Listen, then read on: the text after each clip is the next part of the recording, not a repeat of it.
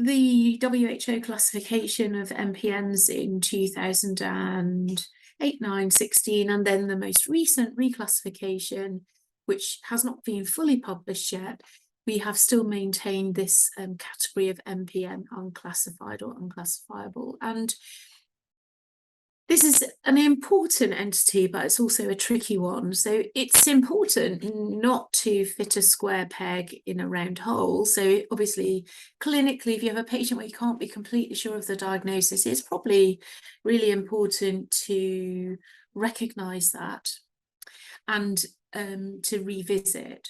So using that diagnostic category can be helpful.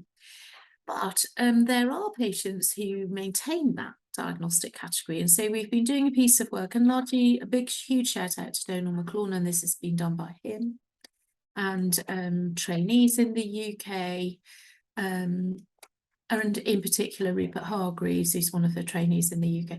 So we collected a series of patients, first of all from our own centre and then from across the UK.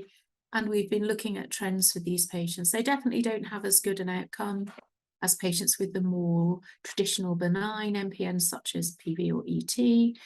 And there are patients in this category who can definitely be picked out as higher risk. So not surprisingly, these are patients that have a higher leukocyte count, an adverse molecular profile, for example. So this is work that's sort of in evolution, but nonetheless calls out how you might in the clinic be handling and thinking about those patients.